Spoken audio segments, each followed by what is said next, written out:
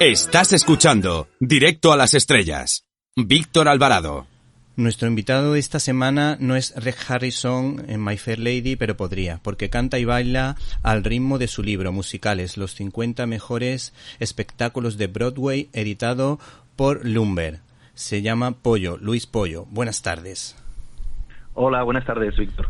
¿De dónde viene tu afición a este género teatral?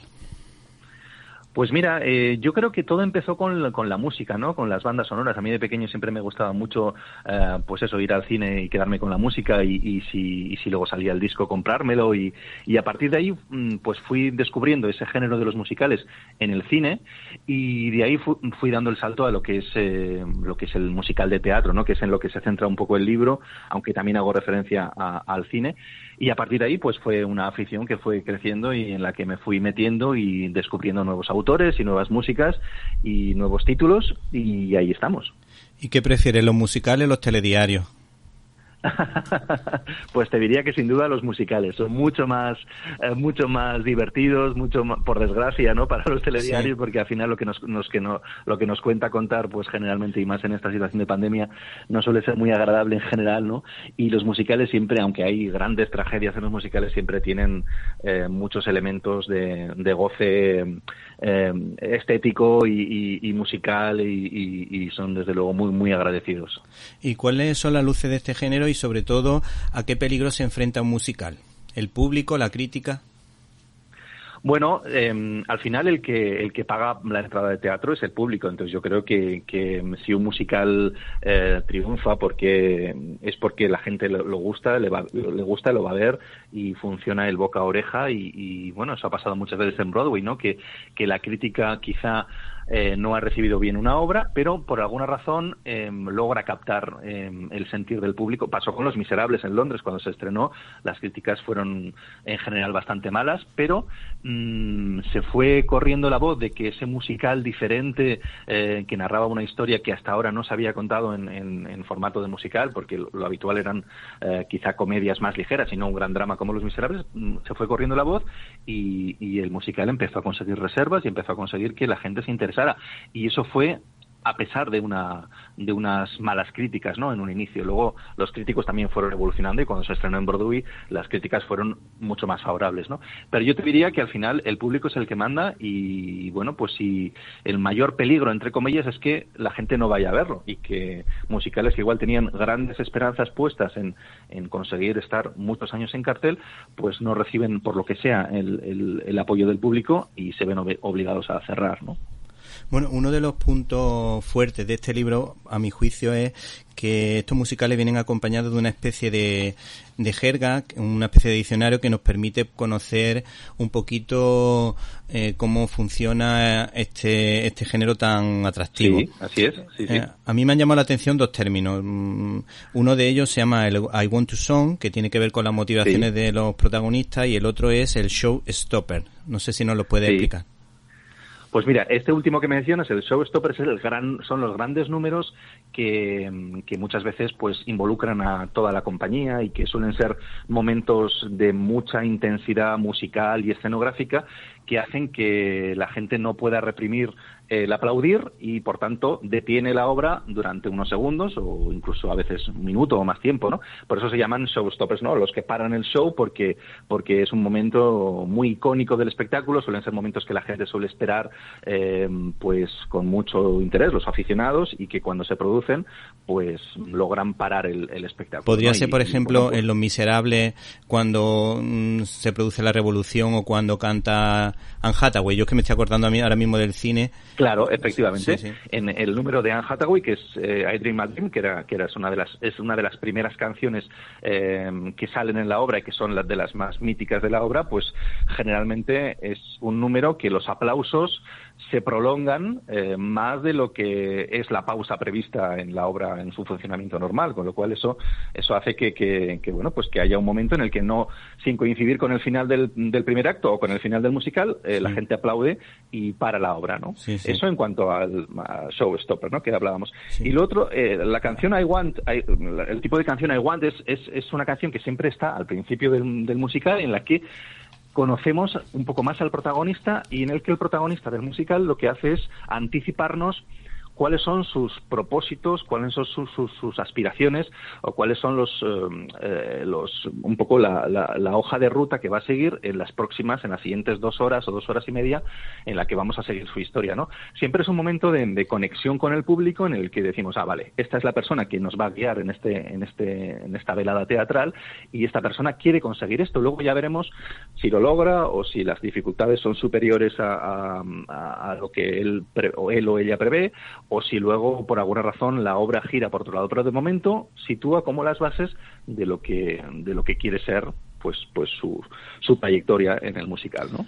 Bueno, yo como experiencia musical en el colegio, en los maristas, durante 2 años participábamos en una especie de musical karaoke. Nosotros actuábamos, pero bueno, cantaban otros, ¿no? Y la verdad que conectaba muchísimo con el público, siempre se llenaba el colegio entero, que tenía unas instalaciones bastante grandes. En el colegio de mi hijo también se hizo uno parecido de Annie. Lo que pasa es que ese colegio tiene un escenario más chico, pero yo veo que la gente sale encantada. También La Bella y la Bestia. Son los típicos musicales que, de alguna manera, por los que te sientes atraído. Yo participé, en el colegio se participó precisamente en Jesucristo Superstar y Evita. Y la verdad es que estuvimos muy contentos, disfrutamos mucho, y fue como una especie de convivencia, porque se hizo también para que la gente del colegio nos vinculásemos no solo como alumnos, sino también un poco como amigos, y formar un grupo de amigos, y fue, espectacular el disfrute que tuvimos de esta experiencia. Yo comparto contigo que este tipo de espectáculos fomentan mucho eso, ¿no? Porque es verdad que a través de la música pues vas conociendo a otras personas que también se interesan por estos temas, y vas descubriendo sobre todo otros musicales, ¿no? Jesucristo Superstar, que lleva a Evita, o los que tú mencionabas, ¿no? Los de Annie, o todo ese tipo o La Bella y la Bestia, ¿no? Enfocados también a público familiar, que suelen gustar a todos los componentes de la familia, ¿no? No solo a los más pequeños, sino que también tienen momentos espectaculares para los mayores, y que hacen que todo el mundo al final salga muy contento, ¿no? De asistir al musical. En lo que se refiere a los primeros musicales de la historia, me ha llamado la atención Showboat, y muy especialmente Oklahoma, porque este título de alguna manera te hace meterte un poquito en la América profunda, en la parte rural, que es muy bonita. No sé, por ejemplo, en la película de Superman o los cómics de Superman se refleja muy bien esa parte, al ser el protagonista de Kansas. ¿Qué nos podrías decir de este musical? Pues mira, Oklahoma es, si hay que elegir de la primera época de los musicales, uno que sea especialmente clave en la evolución del género, este lo es sin duda, porque fue un musical que lo que hizo fue que por primera vez se contaba una historia encima de las tablas de un escenario a través de 3 elementos: la actuación de los actores, las canciones y la coreografía. Por primera vez el baile, la coreografía, la manera en la que tienen los personajes de expresarse a través de la danza, servía para narrar la historia. Hasta entonces, en los musicales, lo habitual es que los números de baile fueran una especie de relleno, entendido en el buen sentido de la palabra, pero sí, que no contribuían a que la historia avanzase, ¿no? En cambio, con Oklahoma, Rodgers y Hammerstein y la coreógrafa Agnes de Mille, que es la que revoluciona toda esa forma de entender el mundo de la danza en el teatro, pues lo que consiguen es que los personajes también se expresen a través de la danza, y que la acción, de alguna manera, también va avanzando a través de los números musicales estrictamente bailados, y eso ya lo convirtió por derecho propio en un título de los más míticos de la historia. Y luego está lo que tú dices, ¿no? Que refleja una América que estaba en aquel momento, está ambientada pues en los comienzos de momento en el que Estados Unidos va completándose como país, ¿no? Sí. Se va aproximando hacia el oeste, y van algunos colonos ocupando zonas de la gran América Central, ¿no? Y bueno, pues todo esa sensación de un nuevo comienzo, de una nueva manera de entender la vida, eso está muy bien reflejado en el musical, y tiene mucho encanto también, a mi entender, la verdad. Con respecto a eso, también hay otro musical que me está viniendo a la mente. Yo te hablo más siempre de cine, tú me puedes hablar de lo que tú quieras. Sí. En 7 novias para 7 hermanos, el duelo entre entre los 7 hermanos y la gente del pueblo, vamos, es un baile que no se te olvida. Si lo has visto ya Sí, es de los más espectaculares de la historia del cine, que también, en este caso, también se hizo luego la versión teatral, fue al revés, primero se hizo la película y luego, hace unos años se pudo ver en España una versión teatral, ¿no?, de 7 novios para 7 hermanos, y ese momento de baile es muy parecido a lo que podemos encontrar en Oklahoma, ¿no?, ese punto rural, ese punto de los cowboys y de la gente que vive en esos entornos naturales, ¿no?, de esa zona de América. Bueno, ahora te voy a hacer una pregunta un poquito polémica, porque en el libro hablas del fenómeno de Hamilton, que lo consideras como revolucionario, y hace unas semanas se pudo ver en el cine la película de Lin-Manuel Miranda, In the Heights, que era totalmente cantada en inglés. Yo la verdad que me gustan muchísimo los musicales, pero mis hijos se salieron, mi mujer no lo aguantaba, yo aguanté a duras penas, aunque me parece muy bonito, porque eso de el tema, precisamente, me parece incluso de los musicales más profundos, por hablar del tema de la fe, tanto en Dios como en los sueños, la fe, la paciencia, todo eso me encanta, pero luego creo que el musical, a mi juicio, no funciona. No sé cuál es tu opinión, o a lo mejor que precisamente no se ha hecho una buena adaptación al cine. Yo aquí lo que me pasa es que yo no vi la versión teatral. Yo sí que he visto la película también hace unas pocas semanas y yo en este caso no llegué a ver la versión teatral. Comparando la banda sonora con la grabación de la obra teatral, es muy parecida. Eso sí que han incluido una canción nueva, que es la que se escucha en los créditos, y luego han hecho pequeños ajustes, pero sí que es yo creo que la música sí que es muy fiel a lo que se hizo en el teatro, ¿no? En eso no ha habido muchos cambios.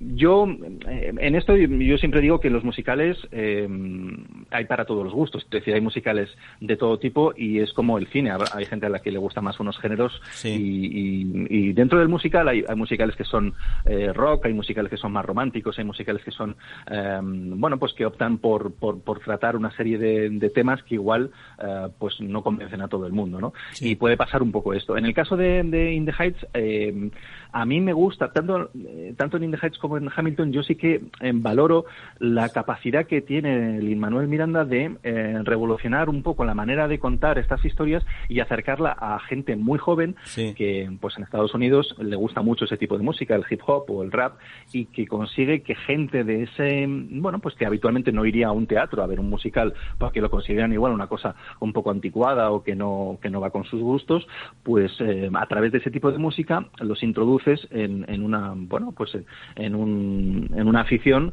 que de otra manera no hubieran tenido, ¿no? Entonces ese es el valor que yo le otorgo mucho a Lin-Manuel Miranda, al margen de que a cada uno le pueda o no gustar ese tipo de música o ese tipo de temáticas, ¿no? Pero bueno, yo reconozco que la película a mí sí que me gustó y me parece que tiene momentos que están muy logrados en las calles de esa zona de Nueva York, y me pareció que era un buen ejemplo de un musical para pasar el rato y para pasártelo bien, ¿no? Y además de lo que tú mencionas, de que también se tratan otra serie de temas más profundos, ¿no? Sí.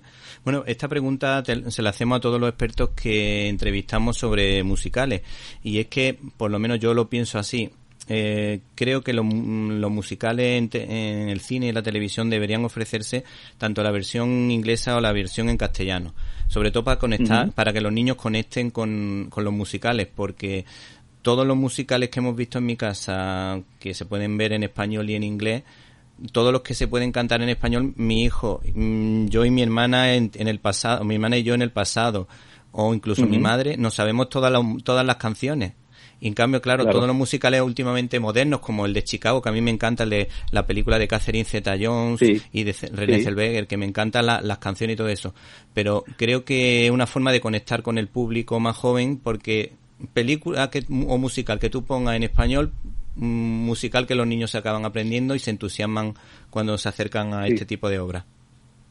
Es verdad que hay muchas de esas películas que luego no se doblan, ¿no? Que se doblan solo los diálogos, pero no se doblan las canciones. Y eso es verdad que hace que haya una parte de la posible audiencia o público de esos musicales que se sienta quizá un poco, que sienta cierto reparo a meterse en un cine a ver igual durante 2 horas una película en la que igual no lo va a entender todo, ¿no? Y bueno, es verdad que el teatro musical en general es un medio, es una manera de contar historias que es muy anglosajona, y por tanto es verdad que el inglés tiene mucho peso y gran parte de las novedades, por no decir casi todas las que se van produciendo cada año, surgen de Londres o de Broadway, ¿no? O de Nueva York, y se hacen pocos musicales en otros idiomas, ¿no? Como en español. Pero es verdad que hemos tenido ejemplos recientes como el del Médico o otras obras que son genuinamente españolas y que bueno, también por ahí puede venir un poco la manera de atraer al público nuestro, ¿no? Al público español, de que obras pues que sean absolutamente genuinamente en español y que te atrapen igualmente que unas que pueden estar en inglés, ¿no? Igual por ahí puede venir también la manera de ir atrayendo a ese tipo de público. Bueno, en cuanto a grandes compositores de musicales, la lista es interminable, pero siempre suena Joy Weaver. Además, a veces cuando entras en un musical te lo presentan y te dicen Joy Weaver presenta, o dependiendo del lugar, ¿no? ¿Por qué Joy Weaver es tan especial? Recordamos a los oyentes que Joy Weaver, por ejemplo, fue el compositor de El fantasma de la ópera, por ejemplo. Eso es. Pues lo que ha conseguido este compositor es que a lo largo de su carrera ha dado con varias teclas del éxito muy potentes en diferentes momentos de su carrera, que le han convertido en uno de los grandes exponentes del género, ¿no? Él empezó con su primera época con Jesucristo Superstar y con Evita. Eso ya le situó a comienzos de los años 70 como uno de los grandes jóvenes compositores de musicales, y luego ha sabido muy bien ir adaptando su estilo hacia musicales que han tenido también muchísimo éxito. Primero vendría Cats a comienzos de los años 80, que es uno de los grandes musicales que estuvo más años representándose en Londres y en Nueva York, y luego, como tú mencionabas, El fantasma de la ópera. A partir de ahí, pues él ha seguido haciendo otras obras como Sunset Boulevard o como la versión de School of Rock, la película de muy divertida, hace unos años, muy divertida, y que bueno, pues él ha mantenido, él lo que ha hecho ha sido trabajar mucho, no se ha sentido satisfecho con los éxitos alcanzados, sino que ha seguido intentando cosas nuevas. De hecho, su último musical se acaba de estrenar hace unos días en Londres, aunque lo han tenido que aplazar por el COVID, pero bueno, él sigue haciendo nuevas obras, y bueno, pues por eso yo creo que es uno de los elementos. Y luego porque su música siempre, en sus musicales suelen tener una canción que logra ser muy popular, ¿no? La canción Memory de Cats, o en El fantasma de la ópera las canciones súper conocidas que hay, o en Evita o en Jesucristo Superstar, que son muy conocidas. Pues él siempre tiene ese punto de hacer una canción que luego suele ser o lo solía ser un éxito en las radios, logra que grandes artistas graben versiones de esos temas, y hace que encima su popularidad del musical sea aún mayor, ¿no? Yo creo que sabe hacer muy bien eso de vender sus propios musicales, ¿no? Sí, yo en relación a este tema me estoy acordando ahora mismo que cuando hicimos Jesucristo Superstar, pues yo, aunque no cantaba, pues me aprendí muchas de las canciones, y el otro día Antonio Peláez, que trabaja así en Madrid, no sé si lo conoce, tiene una cadena de televisión, y me hizo cantar la canción, la oración en el huerto. Lo que pasa es que, claro, llegué hasta donde llegué, porque el grito famoso de Camilo VI, eso es muy complicado, totalmente insuperable, vamos, eso no hay quien lo siga. Es muy difícil de imitar, exacto. Sí, además yo Joy Weaver lo veo que un creador que me gusta muchísimo por la elegancia, la puesta en escena esa tan bonita, y además también creo recordar que Julian Fellows, el de Downton Abbey, ha tenido algo que ver también en los musicales. Sí, lo que hace Weber es rodearse de pues como tú mencionas, ¿no? A Fellows o otros dramaturgos y diseñadores escénicos y grandes directores de teatro que igual lo que hacían igual era hacer óperas, ¿no? Montar óperas, y él lo que hacía era llevárselos al campo del musical, y entonces toda esa elegancia, todos esos grandes diseños escenográficos, de vestuario, todo lo que acompañaba a sus composiciones, pues la verdad que siempre lo cuida muchísimo, y eso se nota en estas las cosas, sí.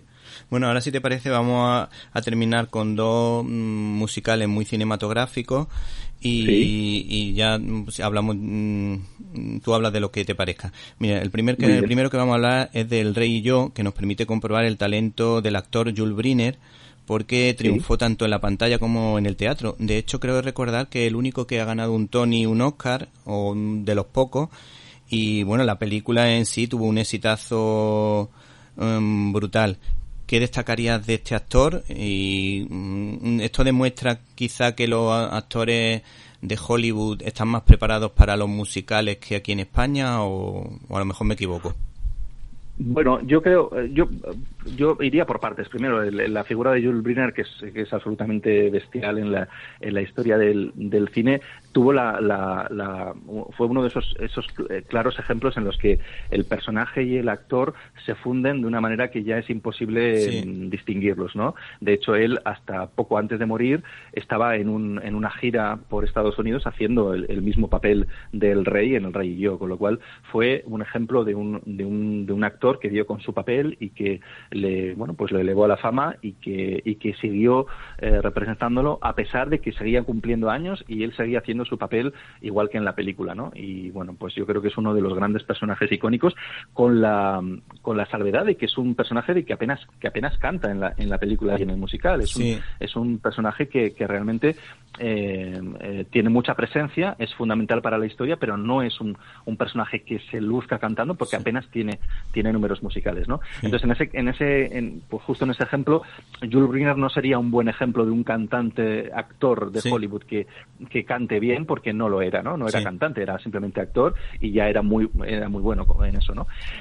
Volviendo a lo de España, yo creo que en España hemos mejorado muchísimo en los últimos años. Sí. Es decir, creo que si comparas los musicales que se hacen ahora, estoy pensando en Billy Elliot, por ejemplo, o en Anastasia, o los musicales que hemos visto recientemente, con lo que pasaba en los años 80 o en los años 90, que era muy difícil dar con actores que estuvieran formados en el campo de la danza, de la actuación y del canto sobre todo, pues eso hemos mejorado muchísimo. Yo creo que ahora si tú veías el Anastasia que se hacía en Madrid, lo comparabas con el que se había estrenado en Broadway 2 años antes y las diferencias eran mínimas, era el mismo nivel vocal, el mismo nivel de espectáculo, el mismo nivel actoral, o sea que yo creo que hemos mejorado muchísimo en ese aspecto y creo que los actores españoles cada vez están mejor formados y cada vez saben mejor asumir lo que es la dificultad de hacer un musical que te obliga a cantar, que te obliga a actuar y que te obliga a bailar y hacerlo bien. Es verdad que Estados Unidos nos lleva mucha ventaja porque llevan haciéndolo muchas más décadas y llevan haciéndolo pues muy bien y ellos son un poco los inventores del género y eso siempre les va a dar cierta ventaja. Pero yo creo que el nivel en España cada vez es mucho más óptimo. Bueno, y por último hay un musical como El violinista sobre el tejado, que bueno, todos nos acordamos de la canción esa. Si yo fuera rico... Bara, bara, bara, bara, bara, bara, bara. Bueno, el caso es que fue una película que rompió la taquilla, que nadie esperaba tanto de esa película, aunque el musical había tenido mucho éxito. Y que sorprendió a todos porque era un musical que de alguna manera rompía la cuarta pared, el personaje hablaba con Dios directamente y con el público, con lo que de alguna manera esa conexión parece que se logró bastante bien y concretamente en el musical mucho más.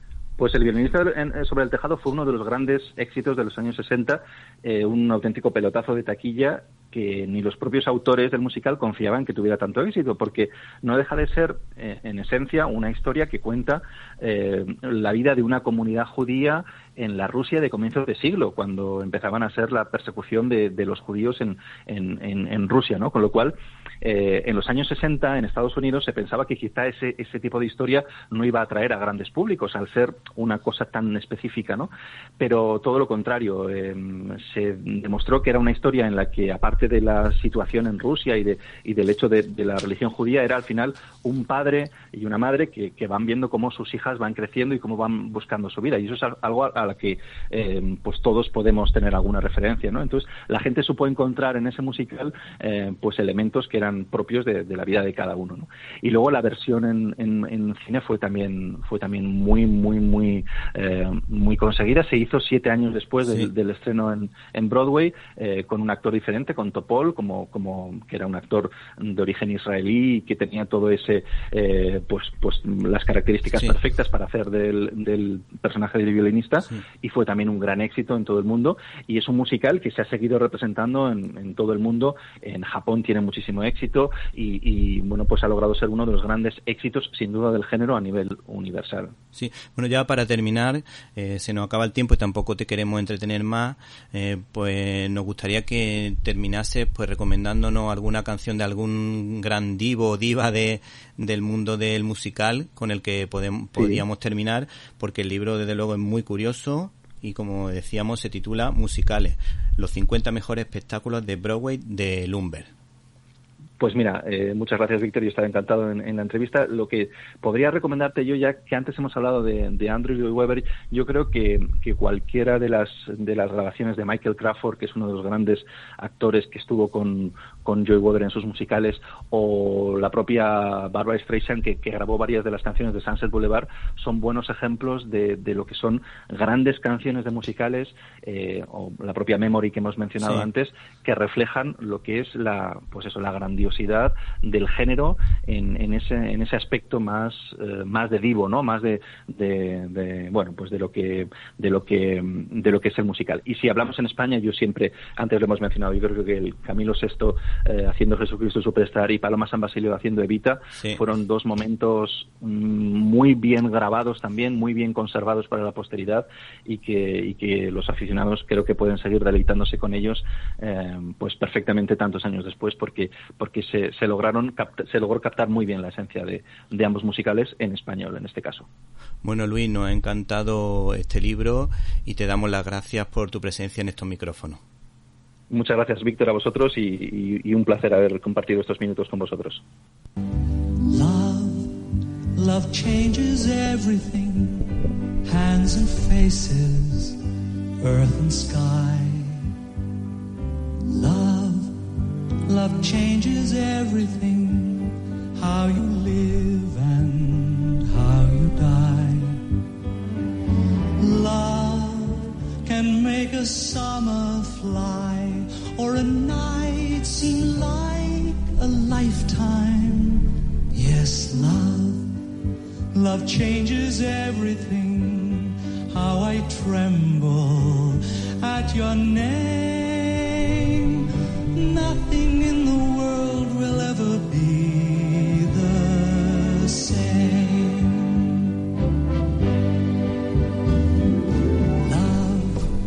Love changes everything.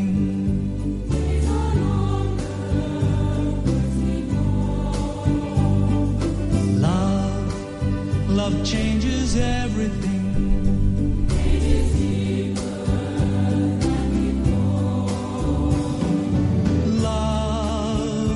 Turn your world around, and that world will last forever. Yes, love changes everything, brings you glory, brings you shame. Nothing in the world will ever be the same.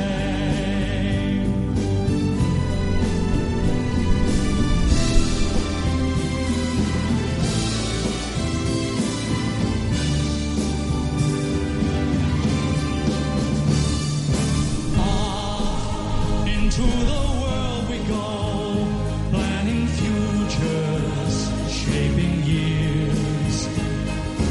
Love bursts in and suddenly all our wisdom disappears. Love makes fools of everyone. All the rules we make are broken. Yes, love changes everything, live or perish in its flame. Love will never ever let you be the same. Love will never ever let you be